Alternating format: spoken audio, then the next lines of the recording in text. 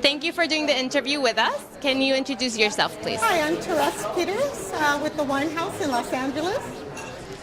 So, how do you evaluate the 2010 vintage? Which characteristics are the most noticeable? For me, it's a perfect segue between complexity and accessibility, between the ripeness and the approachability of the fruit and the apparent early accessibility, but capable of a long aging. Perfect. Which expectations do you have for this vintage? Pardon me? Which expectations do you have for this vintage?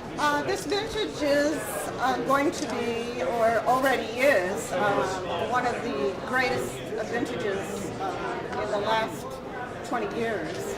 So nothing but, thumbs up. The U.S. market is the #1 export market for Brunello. Do you think that will continue in 2015? Yes, I do, and for a number of reasons. The Brunellos tend to have the perfect marriage between old world wines and new world.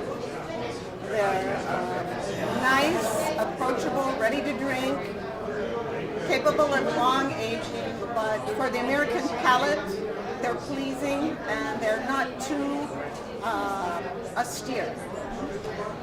Do you think the demand on behalf of the U.S. consumer is changing? If so, in which direction? The demand for the U.S. consumer is increasing because the U.S. market now is the largest market in terms of per capita drinking of wine, and it's only getting larger and larger every year, so it's growing. What kind of consumers are those who buy Brunello? The typical consumer that buys Brunello is someone that enjoys American wines, California wines in particular, but has a hankering to learn more about the old world wines.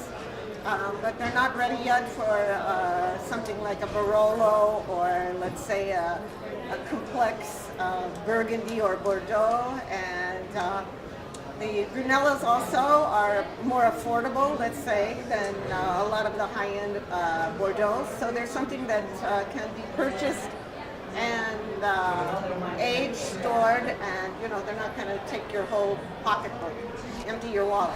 Perfect. Thank you so much for the interview. You're welcome. Thank you.